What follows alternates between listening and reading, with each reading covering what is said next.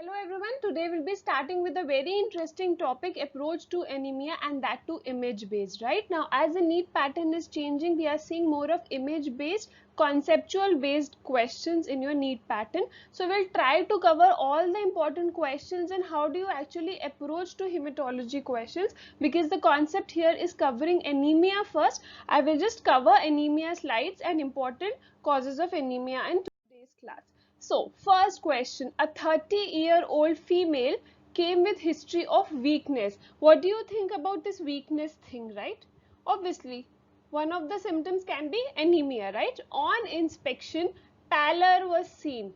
Again, pointing towards anemia. On ordering CBC, hemoglobin was low for age and sex. Hemoglobin was low for age and sex. Why is it important ki hemoglobin low for age and sex? Because we will study in a subsequent slide that hemoglobin varies amongst age groups and amongst male and females also. So yes, hemoglobin was low, you can say anemic, right? MCV was increased. MCV was increased. So I will just tell you one thing, that when you think about anemia, next thing you will think about is MCV. So you look into the report, right? CBC report of the patient who is telling his symptoms or her symptoms as weakness or pallor. Yes, anemia will be one of the consideration, one of the differential. Second thing you will come into the approach is MCV. It is very important. What is MCV?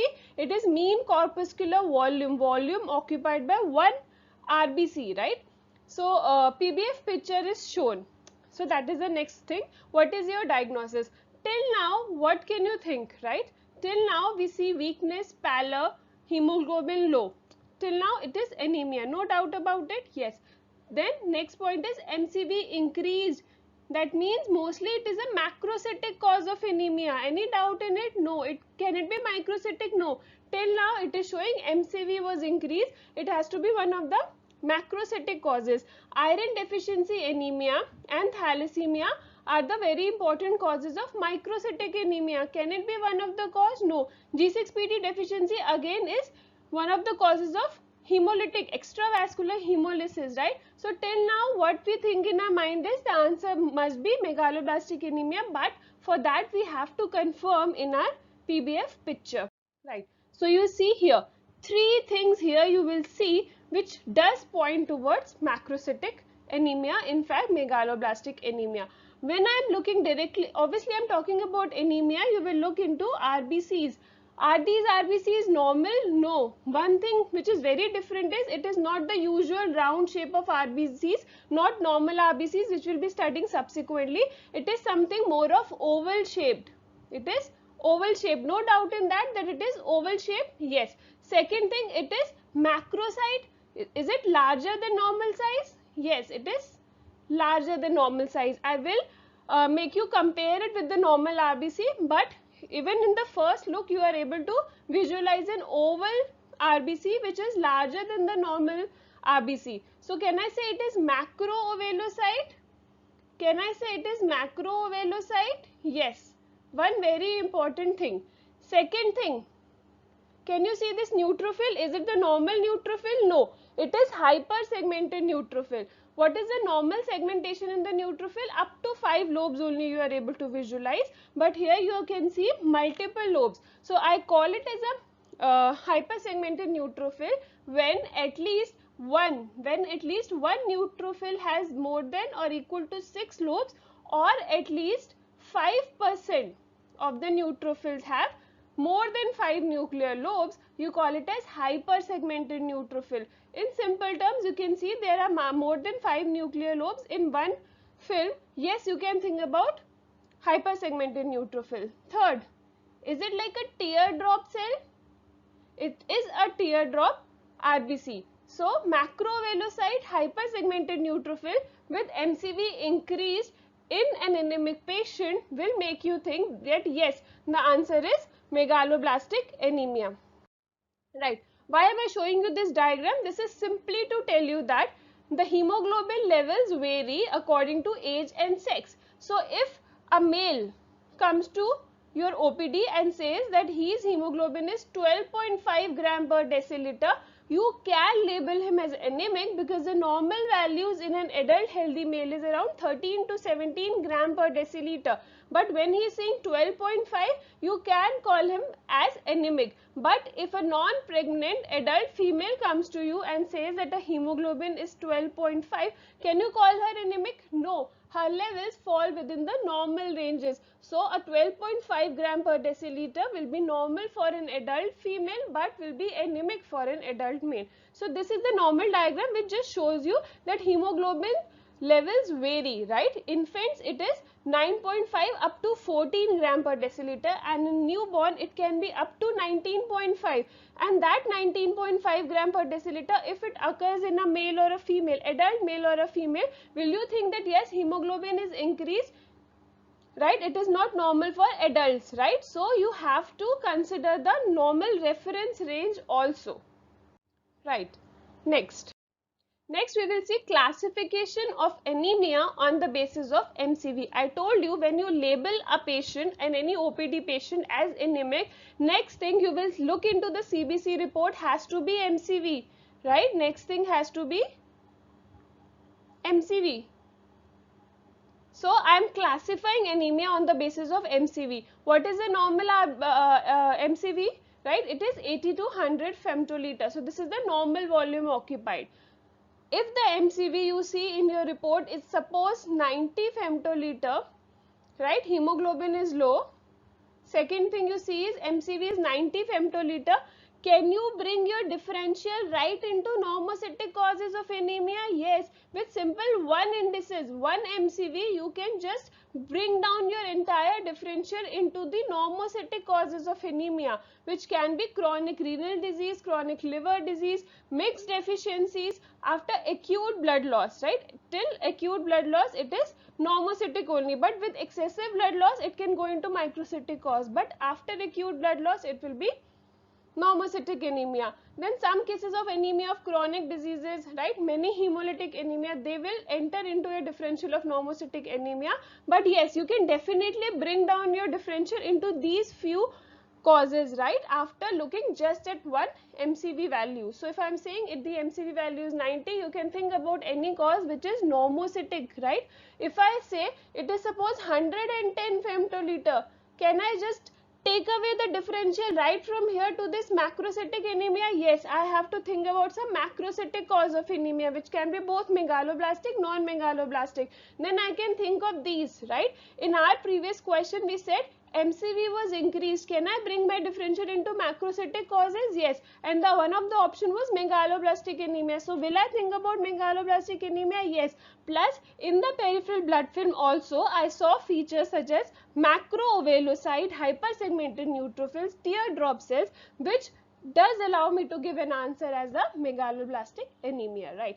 Microcytic anemia, if I say that the MCV is around 70 femtoliter, can I say one of the causes of microcytic anemia will be there? Yes, mnemonic is SITA. We will discuss it later, right? Sideroblastic anemia, iron deficiency anemia, thalassemia, anemia of chronic disease. These four differential can enter into your differential diagnosis just by looking at the MCV, which is less than 80 femtoliter. So what is the normal MCV? 80 to 100 femtoliter. If it is more than 100, I will bring my differential into the macrocytic causes of anemia. If it is less than 80 femtoliter, I will think about some microcytic cause of anemia, which can be SITA, sideroblastic anemia, iron deficiency, thalassemia, anemia of chronic disorder. Because iron deficiency anemia is one of the most important, in fact most common causes nutritional anemia in a country like India, you will always think about iron deficiency anemia in your microcytic causes, right?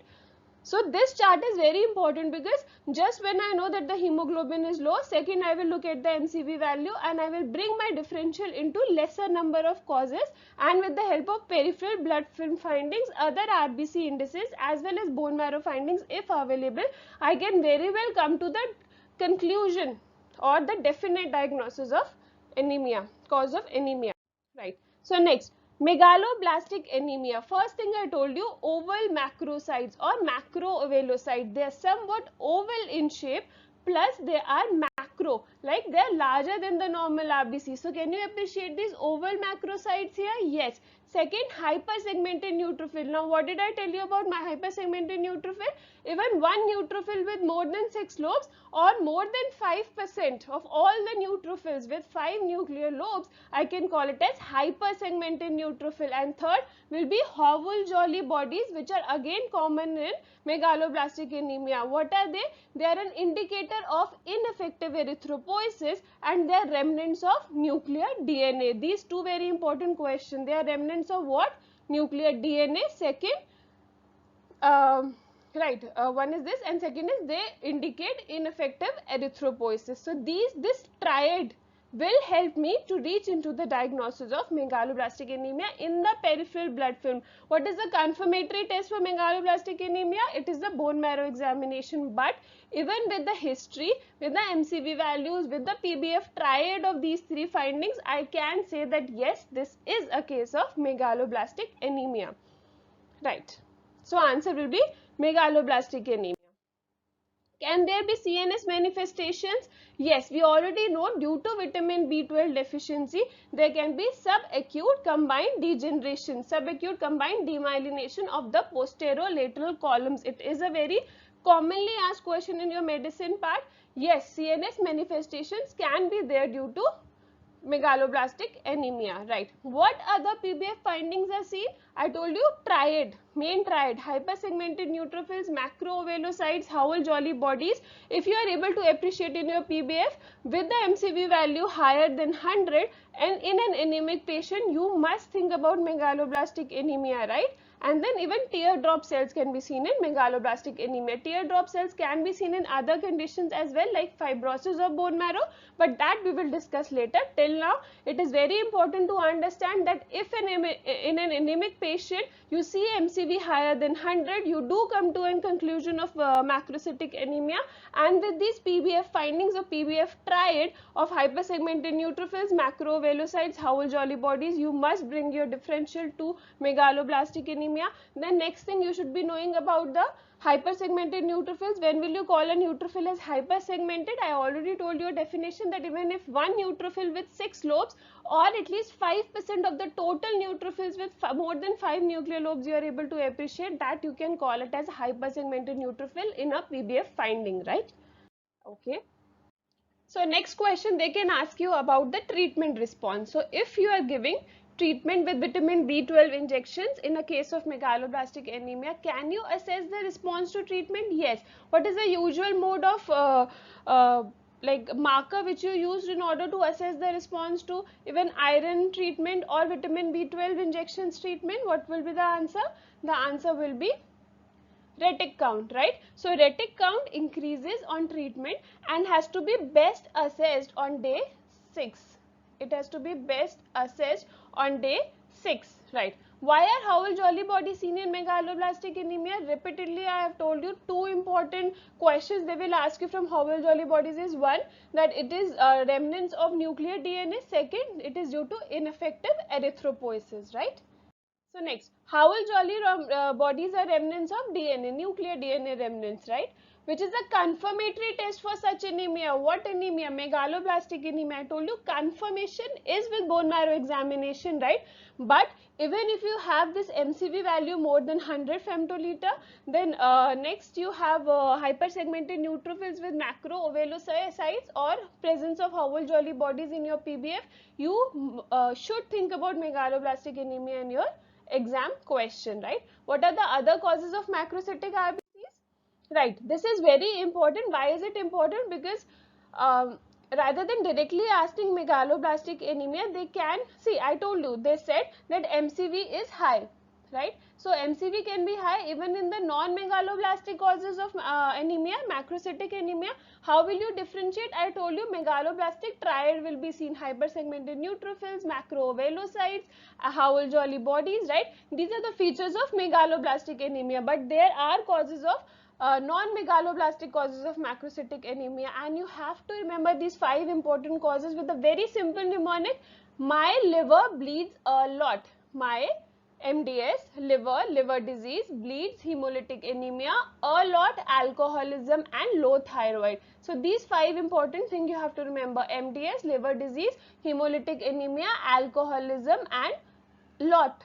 low thyroid, hypothyroidism. So these questions are asked interchangeably. They may not ask megaloblastic anemia, they will say that MCV is more than 100 femtoliter, which of the following can be caused. Other causes like iron deficiency, thalassemia, sideroblastic, they will put as options which are causes of microcytic anemia, and the only option with higher MCV will be one of these. Commonly asked hypothyroidism, right, alcoholism, these are the options they will give in your causes of macrocytic anemia, right? So you have to remember all of them, 5 important examples. So till now, are you able to understand what all questions they can ask you from megaloblastic anemia, especially in PBF picture? The triad you have to remember with the MCV value more than 100 femtoliter. Right. Next question. A 30-year-old female comes with weakness. Yes, weakness I can think about, right? Anemia. Okay. On inspection, pallor was seen. Again, I am confirming with my diagnosis of anemia. On ordering CBC, hemoglobin was reduced. Do I have any thought that whether it is anemia or not? No. She has anemia. What can be the cause? MCV value was decreased. What is the normal MCV? 80 to 100 femtoliter. What is the normal MCV? 80 to 100 femtoliter. You must know the unit. Femtoliter is the unit of MCV, mean corpuscular volume. What is the normal MCV of RBC? Right, 80 to 100 femtoliter. If I am saying MCV value was low, I can say that MCV is whatever it is, but it has to be less than 80 femtoliter. Yes, the peripheral blood picture is shown below. What is your diagnosis? Now, just let me think about it, right? Okay, so we will MCV, it is sure it is not megaloblastic anemia, because in megaloblastic anemia the MCV will be higher, right? Okay, so we will see the next. Like if you just look at the picture, can you compare the size of this RBC, right, with this resting lymphocyte? Is it smaller or larger? It is smaller than the lymphocyte. In fact, it is smaller than the normal RBC. But another striking feature I can just see here is this hypochromia. What is the normal hypochromia in your normal RBC? This is the RBC, and the central one-third pallor is present in a normal RBC, but here it is definitely more than half. When the central pallor is more than 50% of the total RBC, definitely you can appreciate that the MCV is more than 50%, more than half. It is hypochromic, so it is both microcytic, hypochromic. I should think about iron deficiency anemia. If it was to be megaloblastic anemia, what are the things you will see? You will see hypersegmented neutrophil, right? Macroovalocyte with, in macroovalocyte, will there be any central pallor? No. Okay, no central pallor in megaloblastic macroovalocyte. Plus, what happens to MCH? What happens to MCH in case of megaloblastic anemia? It is increased because there is no central pallor, whereas in iron deficiency MCH will be decreased because the central pallor is increasing. It is more than half rather than the normal 1/3. It is more than half, right? So can I say it is iron deficiency anemia? Yes. Hereditary spherocytosis, you would be able to appreciate spherocytes which do not have central pallor. They are smaller and they do not have central pallor. We will discuss in our next slide. G6PD deficiency. What happens in G6PD deficiency? You will be able to appreciate bite cells, right? Heinz bodies. Heinz bodies are seen in supravital stains, right? So the answer here will be iron deficiency anemia, and it is a characteristic microcytic hypochromic anemia. You should compare the size of the RBC with the normal RBC as well as the lymphocyte in your peripheral slide. So next we will see, right, microcytic RBCs. It is very important. 4 important causes you have to remember with the help of the mnemonic SITA, right? It is a very interesting, easy mnemonic SITA. What is it? Sideroblastic anemia, iron deficiency anemia, thalassemia, anemia of chronic disorders. To differentiate in between iron deficiency and thalassemia is altogether a very important topic. We will discuss in a separate class just for this differential diagnosis. But here just understand that 4 important causes of microcytic hypochromic anemia. Can you see these normal RBCs? Can you see the central pallor, which is very less? It is around 1/3 of the normal RBC, whereas here it is much more. It is in fact more than half. Somewhere in some of the places it is almost 80% of the cell is comprising of pallor area, right? Central pallor area. So when it is more than half, it is hypochromic cause. So it is abnormal compared to the normal RBC. And what causes can be there? 4 causes can be there: sideroblastic, iron deficiency, thalassemia, and anemia of chronic disease, right? So normal RBCs are anucleated. Can you see any blue colored nucleus inside them? No. So normal RBCs, I am just telling you to, so that you can easily compare with the abnormal RBCs. So normal RBCs are anucleated. They do not have a nucleus. They have central 1/3 pallor. They have central 1/3 pallor. Right. Now, why is the central 1/3 pallor seen? See, when you are visualizing the slide from the top view, like you are using the microscope lenses and you are visualizing this slide, this is the normal top view of the RBC which you see looks like this. But if you look at the cross-sectional view, which you are not able to see under the microscope, but if you see the cross-sectional view, you will find out that the inner portion of the biconcave disc is less thick, or the outer portion is much thicker than the inner disc, and that gives the appearance of the central pallor. The thickness of the RBC more on the outer side compared to the inner side gives this characteristic central pallor in your RBC, in the normal RBC. But this central pallor is usually less than 1/3. If it becomes more than half or 50%, you call it as hypochromic RBC, right? It is abnormal to see more than 50% of the central pallor comprising of your RBC. Next, MCV normal is 80 to 100 femtoliter, and you should compare to bring into the differential diagnosis. If it is more than 100, it has to be macrocytic. If it is less than 80, it is microcytic cause of anemia. Right. So what is the normal central pallor? The normal central pallor occurs due to the outer portion of the RBC being thicker than the inner portion, and plus it is usually restricted to less than or equal to central 1/3. If it becomes more than half, so in hypochromic RBCs, the central pallor is very much increased, more than 50% or more than half, right? What are the other causes of microcytic hypochromic RBCs? You remember the mnemonic SITA: sideroblastic anemia, iron deficiency anemia, thalassemia, anemia of chronic disorders. Right. So next we will see how do you compare the size of the RBC. You have to compare the size of the RBC to the nucleus of the small lymphocyte. If your lymphocyte is not present, then yes, you have to use your impression of the normal RBC as well. What happens to iron stores in bone marrow iron deficiency?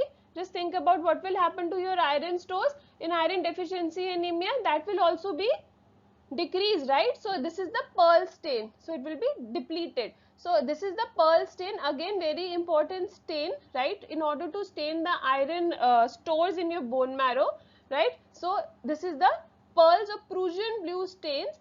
In the normal, are you able to see these blue colored iron stores? Yes. Whereas in iron deficiency states, are you able to see any blue colored iron stores? No. That means they are depleted in iron deficiency. So not directly asking you about iron deficiency anemia, can they ask you that, see, a patient comes to you with low hemoglobin, right?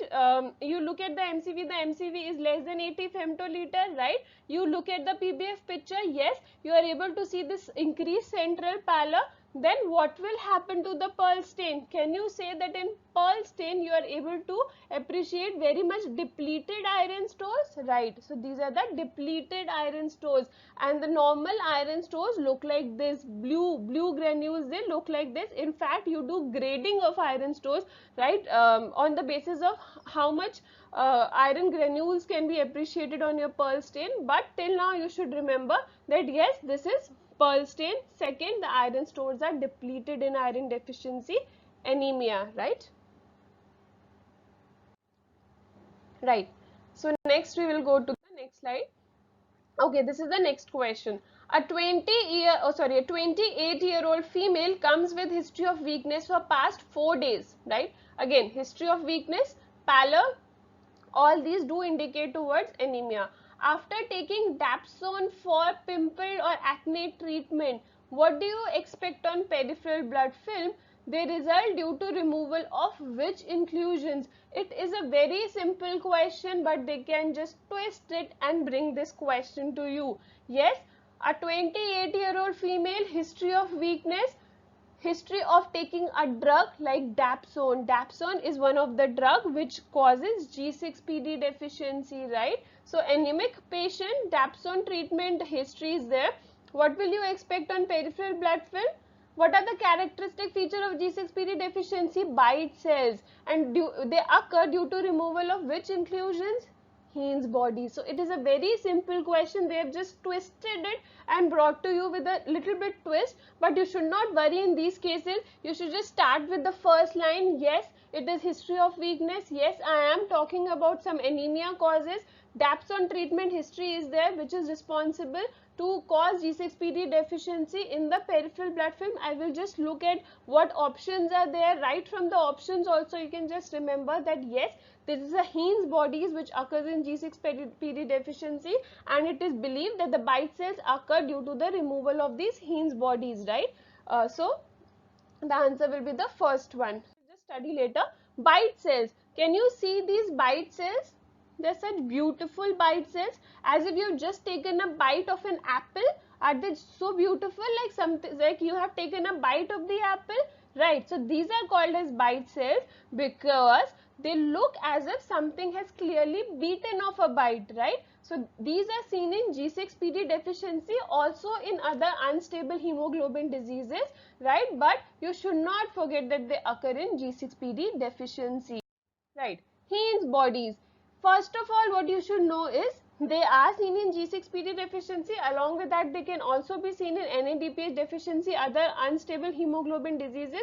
But when I am talking about any inclusion of RBC, you should remember two things. First, they are precipitates of what? Second, they occur in which condition? We have already talked about Howell-Jolly bodies in megaloblastic anemia. So what you should remember, they are the remnants of, right, nuclear DNA. I am talking about Heinz bodies here. They are denatured hemoglobin. They are precipitates of denatured hemoglobin in the RBC, occurs in hemolytic anemia. They are large inclusions which are very round and occurs towards the periphery. Okay, like as if something is tilting out. Can you see this tilting out of this inclusions? Very beautiful inclusions. Yes. Right. So these are the Heinz bodies, round bodies seen towards the periphery, right? And bite cells are the evidence that a Heinz body has been removed by the spleen, right? So, right. Another thing you should just concentrate here is it the normal stain? Is it the normal stain? No. In the normal in the normal stain, right, Giemsa stain, you are able to appreciate this pinkish hue, like reddish pinkish hue of the RBC, and the background is usually clear. We will see in a subsequent Giemsa slide or any Romanowski stain slide. I will show you such a clean background. But here, can you appreciate lightish blue background? In fact, this lightish blue hue of the RBCs, yes. So it is not the normal stain, it is a supravital stain. So can Heinz bodies be stained with the help of Romanowski stains or Giemsa stain? No, they have to be stained with the supravital stain. So if you are able to appreciate bite cells in your slide, you can order for a supravital stain in order to appreciate these beautiful Heinz bodies. Right. So G6, okay, this is more common. G6PD deficiency is more common amongst males. Why is it more common in males? Because G6PD deficiency is an X-linked recessive disorder. This thing you have been studying a lot in your genetics chapter, right? Next, is it intravascular or extravascular? It is mostly extravascular, while a minor component can be intravascular, but it is predominantly an extravascular cause of hemolytic anemia. What are bite cells? Bite cells are the removal of the Heinz bodies while passing through the spleen, results in the formation of bite cells. Right. So next, what are these cells? Can you appreciate these cells? What are these cells? These are the blister cells. How are blister cells forms? It is the dehemoglobinized area. Can you see? Like in G6PD deficiency, some of the part is dehemoglobinized. That gives the characteristic blister cell appearance in your G6PD deficiency. Right. So Heinz bodies are precipitates of denatured hemoglobin. Howell-Jolly bodies are precipitates of nuclear DNA, right? And the other inclusions also you have to read, which I have already, I think, made a video on. Heinz bodies are stained with the help of Supravital stains, brilliant cressyl blue, new methylene blue, methyl violet stain. You have to remember the concept of supravital stains. Next question. A 15-year-old teenager came with yellowish discoloration of skin. This is such a good hint, right? A teenager with yellowish discoloration of skin, fever for past 1 week, on palpation, splenomegaly was noticed. Ultrasound showed gallstones. There were repeated such attacks. So many hints in your simple question. Even with this clinical history, you should not even need the blood picture. But what will you think of? You will, in fact, the whole concept of hereditary spherocytosis should come into your mind when you hear words such as jaundice, like yellowish discoloration of skin, jaundice, fever for 1 week, splenomegaly, gallstones, right? Repeated attacks. All these you should think about hereditary spherocytosis. Next, you may look at the peripheral blood picture just to come to the final diagnosis, but with this much clinical history, you should not miss out on the answer, right? So the peripheral blood picture will be like which of the following? Okay, this is a very interesting and in fact very important question. With this simple 4 slides, you will just understand the concept of how will you approach a question in your anemia, right? So I told you patient was anemic, no doubt in that. With the help of other clinical history such as gallstones, splenomegaly, fever in like repeated episodes, right? You should come to your diagnosis of hereditary spherocytosis. But when I look at the first slide, can you able to are you able to appreciate these oval macrocytes? What are oval macrocytes? The macrocytes can be both oval and round. Macroovelocytes are larger than the normal RBC. Second, they're somewhat oval in shape, right? This is not a very good picture of megaloblastic anemia, in fact, because I have already shown you in a previous picture, but here at least you can appreciate these hypersegmented neutrophils. That should not be a doubt, right? So it is a clear-cut case of even in hypersegmented neutrophil. If you are coming in your slide and right, you should think about megaloblastic anemia, no doubt in that. So first slide is megaloblastic anemia, right? Second, I told you have to compare the size of the RBC with the lymphocyte in your peripheral blood film, right? So the second picture is you are comparing the size of the RBCs to the resting lymphocyte. They are smaller. And second striking feature is this, the striking feature here is central pallor. Are you able to appreciate this much central pallor, which is definitely more than half? Right, so this is microcytic hypochromic picture, characteristic iron deficiency anemia. Third picture, you will see these pointed ends. What are they?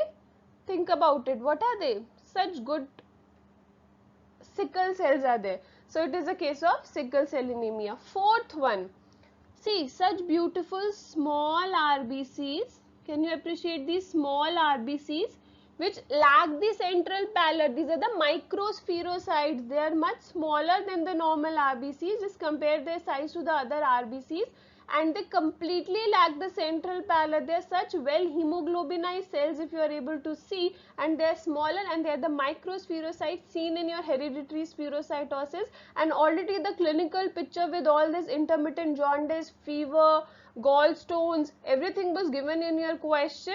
With this help of the slide, can you just directly tell that yes, this will be the picture, this will be the PBF picture you will be able to appreciate under the microscope? Yes. So first one was megaloblastic anemia, second is iron deficiency anemia, third is sickle cell anemia, and the fourth one is hereditary. In fact, these are spherocytes seen in hereditary spherocytosis. Spherocytes are also seen in other conditions like autoimmune hemolytic anemia, which we will be studying later in a subsequent slide. But till now, is it clear that with all that clinical information, can I just think about what will be the picture under PBF? When you find these clinical findings, you directly make a diagnosis. Yes, hereditary spherocytosis. What will be seen in the PBF? Spherocytes. So just I have to search for spherocytes. First one, are there any spherocytes? No, there are hypersegmented neutrophils. Second, this is characteristic central pallor, very high region of central pallor. Can it be spherocyte? No, it is microcytic hypochromic anemia. Third, sickle cells. Fourth is my answer. Right. Is hemolysis extravascular or intravascular? It is extravascular in hereditary spherocytosis. Is MCHC increased or decreased? Very important. MCHC is increased in hereditary spherocytosis because spherocytes, you can see, well concentrated hemoglobin, hemoglobinized small RBCs were seen, so MCHC is increased in spherocytes. What test can be used to differentiate spherocytes of hereditary spherocytosis and autoimmune hemolytic anemia? Coombs test, right? Coombs test will be positive in autoimmune hemolytic anemia, whereas negative in hereditary spherocytosis. This is hereditary spherocytosis, right? So next, what are the clinical features of hereditary spherocytosis? Splenomegaly, intermittent jaundice, gallstones, leg ulcers. These are all the features. With the help of that only you should come to the diagnosis of hereditary spherocytosis. You should look for spherocytes in your PBF, whatever 4 PBFs will be given to you, and then you should directly tell that yes. And other questions which can be asked, I have already given you an introduction that what other questions can be asked with this same clinical description, but in our subsequent classes definitely we have to take every anemia separately, because anemia is a very important and easy topic. If you just understand the concept, trust me, every question can be answered. The questions will be simple, though can be just they can just twist the question and they can also cover the medicine part, but if you know the pathology part of all the anemia, you will just master hematology, trust me.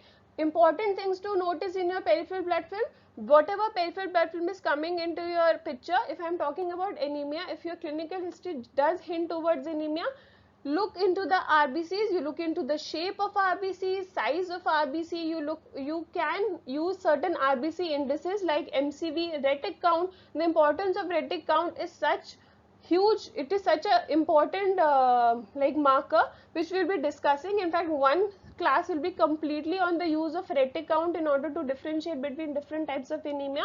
But MCV values, the value of looking into the RBC, the concept of normal RBC, you should understand they are usually round, anucleated with the central 1/3 pallor. Why is that pallor there? It is because of the thickness which is much more on the outer side compared to the inner side. Then what can be the cause of increased, when do you actually call increased central pallor? When it is more than half, right?